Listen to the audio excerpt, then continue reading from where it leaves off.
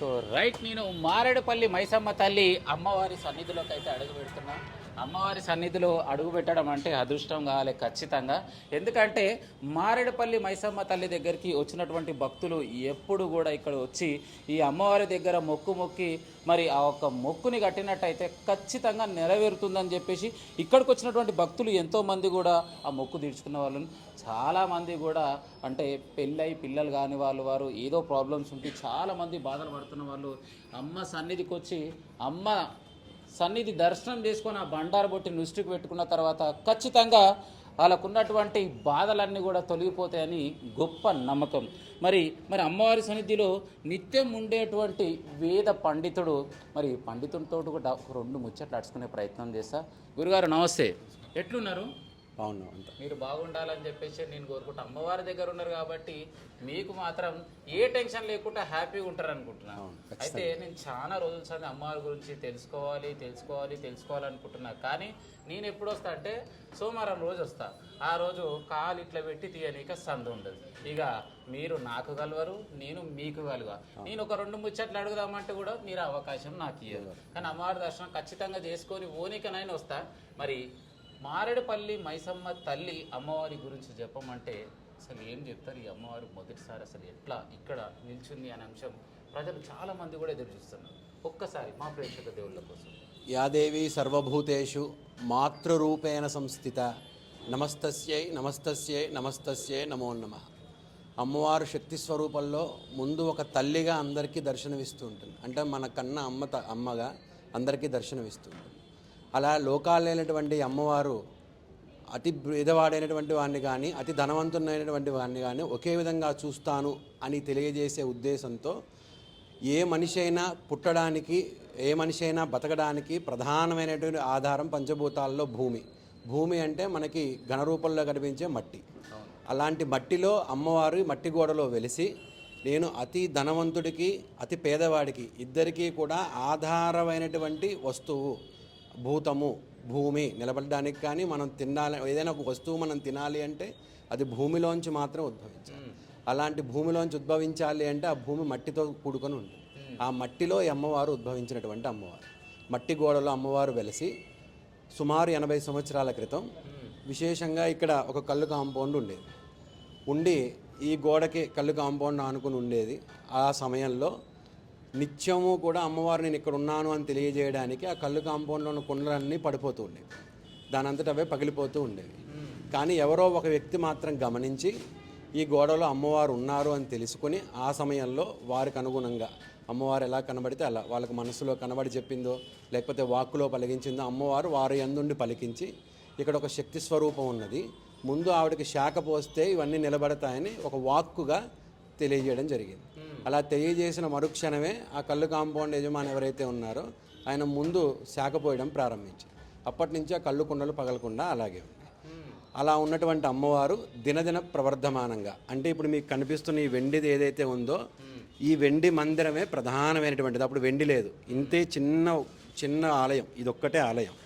అలాంటి అమ్మవారు నేను ఉన్నాను, నేను ఎదుగుతాను, నాతో పాటు ఉన్నటువంటి వాళ్ళని కూడా అంతే ఎత్తుకు ఎదిగేలా చూస్తాను, వారి యోగక్షేమాలన్నీ నేను చూసుకుంటానని తెలియజేస్తూ ఇంత ఉన్న అమ్మవారు ఇంత పెద్ద అమ్మవారుగా అయ్యింది. ఒకప్పుడు కేవలం ఈ ప్రాంతానికి మాత్రమే పరిమితమైన అమ్మవారు ఈరోజు ఆంధ్ర, తెలంగాణ ప్రాంతాలు, మహారాష్ట్ర, కర్ణాటక ప్రాంతాల నుంచి ఉన్నటువంటి వారందరికీ కూడా కొలువై కొంగు బంగారమే అమ్మవారు వెలుస్తుంది. ఇక్కడికి వస్తే ఏమొస్తుంది అంటే ముందు ఇక్కడికి వచ్చినటువంటి వారందరికీ అమ్మవారు ప్రతి కష్టానికి ఒక మార్గాన్ని చూపిస్తుంది. మనిషి ఎలా బతకాలో నేర్పిస్తుంది, ఎలా ప్రశాంతంగా జీవించాలో నేర్పిస్తుంది. ఒక్కటి కాదు, రెండు కాదు, కోరిన కొంగు బంగారంగా అమ్మవారు ప్రతిరోజు ఇది ఇవ్వలేను అని అన్నది కాదు, అమ్మవారు అన్నీ ఇవ్వగలను ప్రతి విషయంలో నిరూపిస్తూ నిదర్శనంగా నిలబడుతూ నేనున్నానని ప్రతి ఒక్కరికి భరోసాగా వెనకాల ఉన్నటువంటి అమ్మవారు. ఇంకొకటి గురుగారు, ఇప్పుడు చెప్పినటువంటి మీరు ఏదైతే చరిత్ర ఉందో చరిత్ర నేను మాత్రం మొదటిసారి వింటున్నా, నాకైతే చాలా బాగా నచ్చింది. ఇంకొకటి, ఈ అమ్మవారి దర్శనం చేసుకోవడానికి 96 దేశాల నుంచి విదేశీయులు కూడా ఇక్కడికి వచ్చి దర్శనం చేసుకుంటారని, ఇది ఎంతవరకు నిజం? ఇది కూడా నిజం వాస్తవానికి. అంటే వారు విదేశాల నుంచి వచ్చేవారు అంటే అర్థం ఏంటంటే ఇక్కడికి చాలామంది వీసాలు దొరక ఈ రోజుల్లో ఈ దేశం నుంచి పక్క దేశానికి వెళ్ళి వాళ్ళు చదువుకోవడానికి వెళ్ళినప్పుడు ఎన్నో ఆటంకాలు, ఈ రోజుల్లో ఒక వీసా రావాలంటే చాలా ఇబ్బందులు పడుతూ ఉంటారు. అలాంటి వారు ఇక్కడికి వచ్చి ఆ వీసా ఇంటర్వ్యూకి వెళ్ళే ముందు ఇక్కడికి వచ్చి అమ్మవారిని దర్శనం చేసుకుని నా ఇంటర్వ్యూ సక్సెస్ కావాలి, అయితే నీకు వచ్చి నేను మళ్ళీ దండం పెట్టుకుని నీ ఆజ్ఞతో నేను వెళ్తాను అని చెప్పి ఇక్కడి నుంచి సుమారుగా నేను 11 సంవత్సరాలు ఈ ఆలయంలో పూజార్చనలు చేస్తున్నప్పటికీ సుమారుగా ఒక 500 నుంచి 600 మంది విద్యార్థులు ఇక్కడి నుంచి వేరే దేశాలకు వెళ్ళి స్థిరపడడం, వాళ్ళు ఏదో ఒక విధంగా 2 సంవత్సరాలకో 3 సంవత్సరాలకో మళ్ళీ బోనాల సమయానికి ఇక్కడికి రావాలంటే వాళ్ళందరూ నాకు ఫోన్ చేసి మాట్లాడుతుంటారు, బోనాలు అవుతున్నాయి, ఎలా జరుగుతున్నాయండి పంతులు గారు, ఎలా ఉన్నాయి అంత ఎలా జరుగుతుంది, ఇక్కడ కార్యక్రమం ఎలా జరుగుతుంది, అమ్మవారి జాతర ఎలా జరుగుతుంది అంటే వాళ్ళు కొంతమంది లైవ్లో ఫోన్లో మాట్లాడే వాళ్ళు ఉంటారు బయట నుంచి, అంటే వాళ్ళకి ఏదో ఇక్కడ జరుగుతుంది, అంటే ఇక్కడ ఒక శక్తి ఉంది, ఆ శక్తిని మేము దర్శించుకోలేకపోయని బాధపడిన వాళ్ళు కొంతమంది ఏదో విధంగా వీలు చేసుకుని వేరు వేరు దేశాల నుంచి వచ్చి మరి ఆ రోజు 2 రోజుల కోసం వచ్చిన వాళ్ళు కూడా ఉన్నారు నాకు తెలిసిన వ్యక్తులు. 2 రోజుల కోసం వచ్చి జాతర ఆదివారం సోమవారం చూసుకుని మంగళవారం ఉదయాన్నే ఫ్లైట్కి వెళ్ళిపోయిన వాళ్ళు చాలామంది నాకు తెలిసిన పిల్లలే ఉన్నారు. అలా వాళ్ళు వస్తూ ఒక్కొక్కసారి వాళ్ళ స్నేహితుల్ని వేరే దేశాల నుంచి ఉన్న స్నేహితులను తీసుకురావడం, వాళ్ళు వచ్చి కొంచెం అమ్మవారి గురించి చెప్పడం, వారు అమ్మవారి దగ్గర మళ్ళీ ఏదో దండం పెట్టుకోవడం, వెళ్ళడం.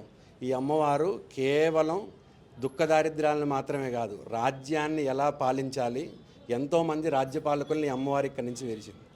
మొన్న రీసెంట్గా వచ్చినటువంటి బై ఎలక్షన్లో నవీన్ యాదవ్ గారు కానీ, ఇప్పుడు మా కంటోన్మెంట్ ఎమ్మెల్యే గారు గణేష్ గారు కానీ, ఇలా మన బట్టి విక్రమార్క గారు కానీ, వాళ్ళందరూ గెలవకు ముందు అమ్మవారి దగ్గరికి వచ్చారు, దర్శనం చేసుకొని మరుసటి సంవత్సరం ప్రతి ఒక్కళ్ళు కూడా గెలిచి అమ్మవారి యొక్క ఉన్నతిని చాటారు. అందుకే అమ్మవారు రాజశ్యామలా స్వరూపం అని చెప్తారంటే రాజ్యాధికారం ఎవరికైనా కావాలి అని అనుకుంటే ఈ అమ్మవారి దగ్గరికి వచ్చి దర్శనం చేసుకోమని చెప్తూ ఉంటాం. సో ఎలక్షన్స్ ముందు చాలా మంది పెద్ద వాళ్ళు అమ్మవారి దర్శనం చేసుకొని పోయి మళ్ళీ అమ్మవారి కృపా కటాక్షంతో గెలిచిన తర్వాత ముందుగా అమ్మవారికి వచ్చి దర్శనం చేసుకున్న వాళ్ళే ఉన్నారంట. అంటే ఖచ్చితంగా ఉన్నారు. అలా ఒకనొక సమయంలో మనకు ఇప్పుడు డిప్యూటీ సీఎంగా ఉన్న బట్టి విక్రమార్క గారు కూడా ఆయన అమ్మవారు ఎలా పిలుచుకుందో ఆయన తెలియదు మా అందరికీ. అకస్మాత్తుగా ఆయన వచ్చారు, ఆయనకి స్వాగతం చెప్పాం. ఎమ్మెల్యేగా ఉన్నప్పుడు ఆయనకు అమ్మవారి విశిష్టత చెప్పాం. సార్ మీరు నమస్కారం చేసుకుని వచ్చే సంవత్సరం వస్తారన్నానండి, ఖచ్చితంగా మీరు విశేషమైన ఆధిక్యంతో మంచి ఉన్నత పదవిని పొందుతారన్నాం. యాదృచ్ఛికంగా అమ్మవారి యొక్క అనుగ్రహంతో అలాగే ఆయన ఉన్నత స్థితిని పొందారు. అంటే ఇప్పుడు ప్రజెంట్ ఉన్న వాళ్ళకి చెప్తే మీకు అందరికీ అర్థమవుతుంది కదా అని చెప్తున్నాం. ఇలా ఎంతోమంది విజయాన్ని మనం చూడలేనటువంటి వారు ఇంకా చాలామంది ఉన్నారు. అలా ఉన్నటువంటి వాళ్ళలో నేను, నాతో పాటు ఇప్పుడు రాబోయే తరంలో మా వైష్ణవి యాదవ్ గారు కానీ ఇలా అందరూ కూడా దీంట్లో ఉన్నారు. ఇది ఇలా అవ్వడానికి గల కారణం అమ్మవారు ఏదైనా ఒక పని చేయాలంటే ఒక వ్యవస్థని ఏర్పాటు చేసుకుంది. ఆ వ్యవస్థ చిత్తశుద్ధితో కూడుకున్న వ్యవస్థని ఏర్పాటు, అంటే లాభాపేక్ష ధనాపేక్ష లేకుండా కేవలం నేనున్నానని చాటేటటువంటి ఒక వ్యక్తుల్ని ఎన్నుకుంటుంది. అలా ఉన్నటువంటి వ్యక్తులు వారిద్దరూ స్నేహబంధం కూడా అలాంటి స్నేహబంధమే. మొదట చిరబోయిన కృష్ణ యాదవ్ గారు, వారి స్నేహితులు అంటే కూడా ఎవరు నమ్మరు, వాళ్ళిద్దరు కవల పిల్లలనే అనుకుంటారు అందరూ. తిరుమల వంశీ గారు, వీళ్ళిద్దరూ కలిపి ఈ చిన్నగా ఉన్నటువంటి దేవాలయాన్ని దినదిన ప్రవర్ధమానంగా ఇంతింతే వటుడింతే అన్నట్టుగా ఈరోజు ఈ ప్రాంతం కేవలం వెస్ట్ మారేడుపల్లి అల్లాడిపెంటే నగర్లో మాత్రమే తెలిసిన అమ్మవారిని దేశవ్యాప్తంగా ప్రపంచవ్యాప్తంగా అన్ని దేశాల్లో ఈ అమ్మవారు ఉన్నతిని చాటి చేసే స్థితికి తీసుకొచ్చారంటే కేవలం వాళ్ళ భక్తి శ్రద్ధ అనలేని విరామమైనటువంటి కృషి. దానికి అమ్మవారు వారికి అలాంటి శక్తిని ఇస్తుంది, వారికి అలాంటి బలాన్ని ఇస్తుంది, వారికి అలాంటి ధైర్యాన్ని ఇస్తుంది. ఇప్పుడు మీరు ఇప్పటివరకు అన్నారు కదా వీళ్ళిద్దరూ అన్నతమ్ములు కాదు మిత్రులని, నేను ఇన్ని రోజులు నిజంగా వాళ్ళిద్దరు అన్నదమ్ములే అనుకుంటున్నాను. అన్నదమ్ములు కాదా వాళ్ళిద్దరు? 11 సంవత్సరాల క్రితం నేను వచ్చినప్పుడు నేను కూడా అలాగే అనుకున్నాను. వీరిద్దరూ కవల పిల్లలా అనిపిస్తారు నాకు. అంటే ఒకే షర్టు ఒకే రకమైన ప్యాంట్ వేసుకుంటారు, పండగకి కూడా అంత కవల పిల్లల్లా ఉంటారు. కానీ ఒకరి మాట అంటే ఒకరికి చాలా విశేషమైన గౌరవం. ఒకరి మాట అంటే ఒకరికి. వాళ్ళిద్దరిని చూస్తే మనం పాటలు చాలా స్నేహం గురించి చాలా పాటలు చూస్తాం, కానీ పాటల్లో కన్నా ఇద్దరు వ్యక్తులు ఎలా ఉంటారు అని మనకు తెలియాలంటే వాళ్ళిద్దరిని చూడడం సరిపోతుంది. సో ఇది స్నేహానికి ఒక బంధం అంటావు, స్నేహానికి చిరునామా వాళ్ళిద్దరు, చిరునామా. రామో విగ్రహవాన్ ధర్మ అంటారు కదా, అలా స్నేహానికి వీళ్ళిద్దరూ ప్రతిరూపం. ఇంకొకటి అడుగుతా, ఈ ఏరియాలో వెస్ట్ మారేడుపల్లిలో చూసుకున్నట్టయితే చాలా మంది కరోడపతి బిలియనర్స్ ఉన్నారు. వీళ్ళందరినే కాదని వీళ్ళిద్దరు ఇరుమిత్రులే ప్రత్యేకంగా అమ్మవారికి ఇంత పెద్ద అంగరంగ వైభవం చేస్తున్నటువంటి జాతరకు అసలు కారణం ఏందంటూ? అదే మీకు ఇందాక చెప్పినట్టు ఏదైనా ఒక పని చేయాలంటే చిత్తశుద్ధి ఉన్నటువంటి వారు కావాలి. అంటే దైవం పట్ల అమ్మ ఉన్నది అని తెలియడం అన్ని నమ్మే వాళ్ళు కావాలి. అంటే డబ్బులు కలెక్షన్ చేసే వాళ్ళు చాలామంది ఉంటారు చందా పుస్తకం పట్టుకుని, కానీ ఏ ఉన్నా లేకపోయినా అమ్మ ఉంది, అమ్మే నడిపిస్తుంది అని అనుకున్నటువంటి వారు మాత్రం చాలా తక్కువగా మనకు కనిపిస్తుంటారు. అలాంటి ఇద్దరు వ్యక్తులను అమ్మవారు ఈరోజు నిర్ణయం చేసుకుని వాళ్ళిద్దరితోని ఈరోజు ఇంత పెద్ద వైభవంగా జాతర చేసుకుంటుంది. వాళ్ళిద్దరూ అమ్మవారిని ఎలా నమ్ముతారు అంటే ప్రతి విషయంలో అమ్మ ముందు. వాళ్ళ ఇంట్లో ఏ పని చేసినా కూడా ముందు ఇక్కడికి వచ్చి ఒక కొబ్బరికాయ కొట్టింది ఏ పని చేయరు వాళ్ళిద్దరు. ఇద్దరు కూడా అంత విశేషమైన భక్తులు. అలాగే ఇప్పుడు ఆ బాధ్యతల్ని తర్వాత తరాల్లో వారికి ట్రాన్స్ఫర్ చేయాలని, అలాగే ఇదే రాజ్యాధికారం ఉన్నతంగా మళ్ళీ తర్వాత తరాలకి అందించాలని అమ్మవారు మా ప్రాంతం నుంచి మా చిర్రబోయిన కృష్ణ యాదవ్ గారి కుమార్తె అయినటువంటి చిర్రబోయిన వైష్ణవి యాదవ్ గారు నిర్ణయం చేసుకుని ఆమెకి కూడా అదే శక్తి. అమ్మాయి చూడడానికి ఎలా కనిపిస్తుంది కానీ చాలా విశేషమైన ప్రతిభావంతురాలు, విద్యావంతురాలు. ఒక రకంగా చెప్పాలంటే గోల్డ్ మెడలిస్ట్ అమ్మాయి. అంత విశేషమైన ఉన్నత విద్య చదువుకున్నటువంటి తల్లి. కానీ అమ్మాయి ఎప్పుడు నాతో ఏదైనా సివిల్స్ అలా అని అనుకుంటూ ఉండేది. మా అన్నయ్య అని అంటుంటాం, మేమిద్దరం చెల్లి అన్నయ్య అని అనుకుంటాం.